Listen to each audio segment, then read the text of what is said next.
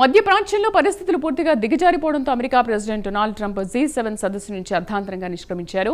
అమెరికాతో ఇరాన్ అణు ఒప్పందంపై సంతకం చేయాల్సిందేనని మరోసారి పట్టుబట్టారు. ఇక అసలు విషయానికి వస్తే ఇరాన్ పౌరులు రాజధాని టెహ్రాన్ నుంచి తక్షణమే ఖాళీ చేసి వెళ్లిపోవాల్సిందని ట్రంప్ కోరారు. దీన్ని బట్టి చూస్తే ఇటు ట్రంప్ అటు నెతన్యాహు కలిసి అతిపెద్ద దాడులకు ప్లాన్ చేస్తున్నారా అన్న అనుమానాలు సహజంగానే కలక్కమానవు. మరి ట్రంప్ మాస్టర్ ప్లాన్ ఏంటో ప్రత్యేక కథనంలో చూద్దాం.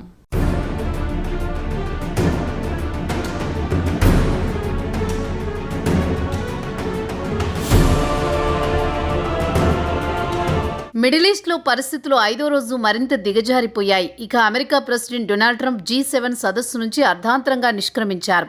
మిడిల్ ఈస్ట్లో సంక్షోభం మరింత ముదిరిందనే కారణంతో ఆయన G7 సదస్సు నుంచి వెళ్లిపోయారు. అలాగే రాజధాని టెహ్రాన్ నుంచి వెంటనే వెళ్లిపోవాలని నగరవాసులను ట్రంప్ కోరారు. అలాగే అణు ఒప్పందంపై అమెరికాతో ఇరాన్ సంతకం చేయించాల్సిందేనని మరోమారు పట్టుబట్టారు.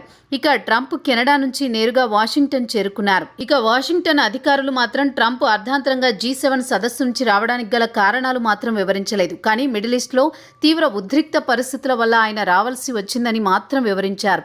అయితే విశ్వసనీయ వర్గాల సమాచారం ప్రకారం ట్రంప్ వైట్ హౌస్లో ఉండే నేషనల్ సెక్యూరిటీ టీంను వైట్ హౌస్లో సిచ్యువేషన్ రూమ్కు రావాలని కబురు పెట్టారట. అలాగే క్రైసిస్ మేనేజ్మెంట్ సెంటర్కు యుఎస్ ఇంటెలిజెన్స్తో పాటు నేషనల్ సెక్యూరిటీ టీంను రప్పించి చర్చలు జరపాలని నిర్ణయించినట్లు చెబుతున్నారు.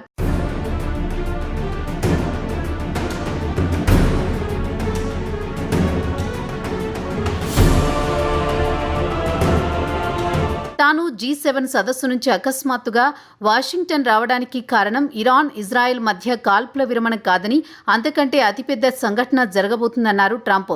ఇక G7 సమ్మిట్లో ఆయన మీడియాతో మాట్లాడుతూ ఇరానియన్ పౌరులను వెంటనే టెహ్రాన్ నుంచి వెళ్లిపోవాలని కోరారు. ట్రంప్ తన సోషల్ మీడియా ప్లాట్ఫామ్ ట్రూత్ సోషల్లో పోస్టు పెడుతూ ఇరాన్ను ముందుగా అణు ఒప్పందంపై సంతకం చేయాలని కోరాను. వారు మాత్రం సంతకం పెట్టడం లేదు. ఇది సిగ్గుచేటు. ప్రజల ప్రాణాలు అంటే లెక్కలేదంటున్నారు. తాను ఇరాన్ వద్ద అణ్వాయుధాలు ఉండకపోవచ్చునని నమ్ముతున్నాను. మరి ఇరాన్ కూడా నమ్మితే సంతకం చేయడానికి ఎందుకు తాత్సారం చేస్తుందంటున్నారు ట్రంప్. వెంటనే రాజధాని నుంచి ప్రజలు వెళ్లిపోవాలని సూచించారు.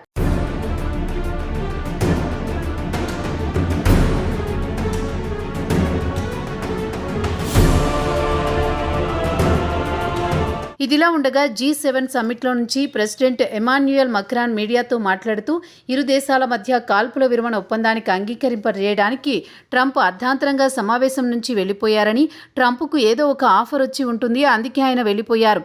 సుదీర్ఘంగా మంతనాలు జరిపిన తర్వాత ఏదో ఒక నిర్ణయానికి రావచ్చునని మక్రాన్ ఆశాభావం వ్యక్తం చేశారు. ఇక మక్రాన్ కామెంట్లపై ట్రంప్ మండిపడ్డారు. ఎలాంటి కాల్పుల ఒప్పందానికి ఛాన్సే లేదన్నారు. మక్రాన్ పబ్లిసిటీ కోసం మాత్రమే ఇలాంటి పనులు చేస్తున్నారని ఆగ్రహం వ్యక్తం చేశారు. తాను వాషింగ్టన్ ఎందుకు వెళ్లాల్సి వచ్చిందో ఆయన తెలియదు. కాల్పుల విరమణకు వెళుతున్నట్టు ఆయన ఊహించుకొని చెప్పినట్టు ఉన్నారన్నారు ట్రంప్.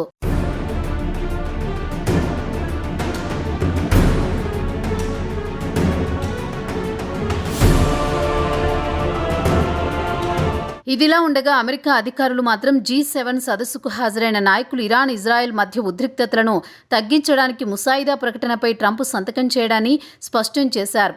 ట్రంప్ ఇంత చెప్పినా ఫ్రెంచి ప్రెసిడెంట్ మక్రాన్ మాత్రం ట్రంప్ అర్ధాంతరంగా G7 సదస్సు నుంచి నిష్క్రమించడం అనుకూలమైన సంకేతమన్నారు. మిడిల్ ఈస్ట్లో ఉద్రిక్తతను తగ్గించడానికి ట్రంప్ కృషి చేస్తున్నారు. ఇరు దేశాల మధ్య కాల్పుల ఒప్పందానికి ట్రంప్ ఏదో ఒక ఆఫర్ చేశారని మక్రాన్ అన్నారు. ఇదిలా ఉండగా G7 నాయకులు Britain, Canada, France, Germany, Italy, Spain, అమెరికాకు చెందిన నాయకులతో పాటు యూరోపియన్ యూనియన్ నాయకులు మంగళవారం వరకు కెనడాలోని కననాస్కిస్ రిసార్ట్లో గడుపుతారు.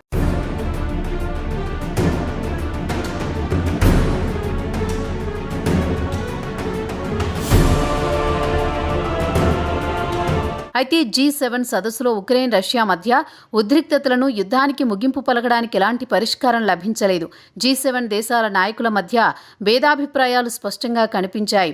ఇక ట్రంప్ మాత్రం పుతిన్కు మద్దతు ప్రకటించారు. అదే సమయంలో ప్రస్తుతం G7 దేశాల్లో కొన్ని సభ్య దేశాలపై టారిఫ్ విధించాడు. కాగా ఈ సదస్సులో నాయకులు పలు ముసాయిదాలను సిద్ధం చేశారు. వాటిలో migration, artificial intelligence, critical minerals లాంటిపై ఓ నోట్ను సిద్ధం చేశారని రాయిటర్స్ వార్తా సంస్థ వెల్లడించింది.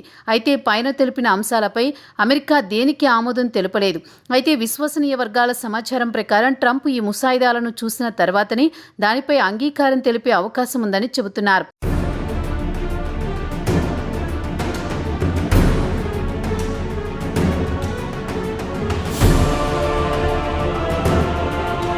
ఇక 5వ రోజు మంగళవారం నాడు ఇజ్రాయెల్ ఇరాన్ సెంట్రల్ సిటీ కాషాన్పై దాడులు చేసింది. ఈ దాడిలో 3 చనిపోగా 4 గాయపడ్డారు. అలాగే రాజధాని టెహ్రాన్లో కూడా భారీ పేలుళ్లు సంభవించాయి. దీంతో నగరం మొత్తం నల్లటి దట్టమైన పొగ ఆవరించింది. కాగా నాట్నాజ్లో ఎయిర్ డిఫెన్స్ సిస్టమ్ను ఇరాన్ యాక్టివేట్ చేసింది. ఇక్కడే ఇరాన్కు చెందిన కీలక అణ్వాయుధాలున్నాయి.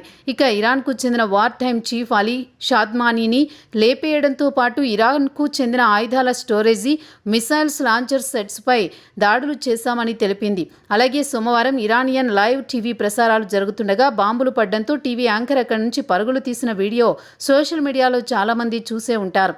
ఇక ఇరాన్ టెలివిజన్పై చేసిన దాడిలో 3 ప్రాణాలు కోల్పోయారని అధికారులు తెలిపారు.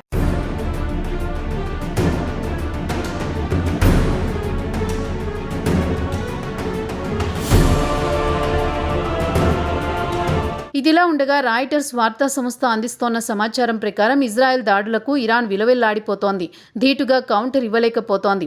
దీంతో టెహ్రాన్, ఒమాన్, ఖతర్, సౌదీ అరేబియాను ప్రాధేయపడి వెంటనే ట్రంప్పై ఒత్తిడి తెచ్చి ఇజ్రాయెల్ ప్రధాని బెంజమిన్ నెతన్యాహుతో కాల్పుల ఒప్పందానికి అంగీకరింపజేయాలని కోరినట్లు వార్తలు వస్తున్నాయి. దీనికి బదులుగా ట్రంప్ చెప్పినట్లు అణు ఒప్పందంపై సంతకాలు చేయడానికి సిద్ధంగా ఉన్నట్లు ఇరాన్కు చెందిన ఉన్నత స్థాయి అధికారులు చెప్పినట్లు రాయిటర్స్ వార్తా సంస్థ తెలిపింది. మరి ట్రంప్ అర్ధాంతరంగా G7 సదస్సు నుంచి నిష్క్రమించడానికి ఇదే కారణమా, లేక ఇంకా ఏమైనా కారణాలున్నాయా అనేది తెలియడం లేదు. మొత్తానికి చూస్తే యుద్ధంలో ఇజ్రాయెల్ దెబ్బకు ఇరాన్ వెలవెలపోయిందన్నది మాత్రం వాస్తవం. ఇదిలా ఉండగా ఇటు చైనా, అటు ఇండియా కూడా వెంటనే తమ దేశ పౌరులను ఇరాన్ రాజధాని టెహ్రాన్ నుంచి వెళ్లిపోవాలని సూచించింది. టెహ్రాన్పై ఇజ్రాయెల్ నిరంతరం దాడులు చేస్తోంది. వెంటనే ఎలాంటి జాప్యం చేయకుండా సురక్షిత ప్రాంతాలకు వెళ్లిపోవాలని అడ్వైజరీ నోట్లో పేర్కొంది. ఇక అందరి చూపు ట్రంప్ ఇజ్రాయెల్ ఇరాన్ యుద్ధానికి ఎలాంటి పరిష్కారం చూపుతాడని ఆసక్తితో ఎదురు చూస్తున్నారు. ఇక ట్రంప్ దీనికి ఎంత త్వరగా పరిష్కారం చూపితే అంత రక్తపాతం ఆపినట్లే. మరి ట్రంప్ యాక్షన్ ప్లాన్ ఏంటో వేచి చూడాల్సిందే.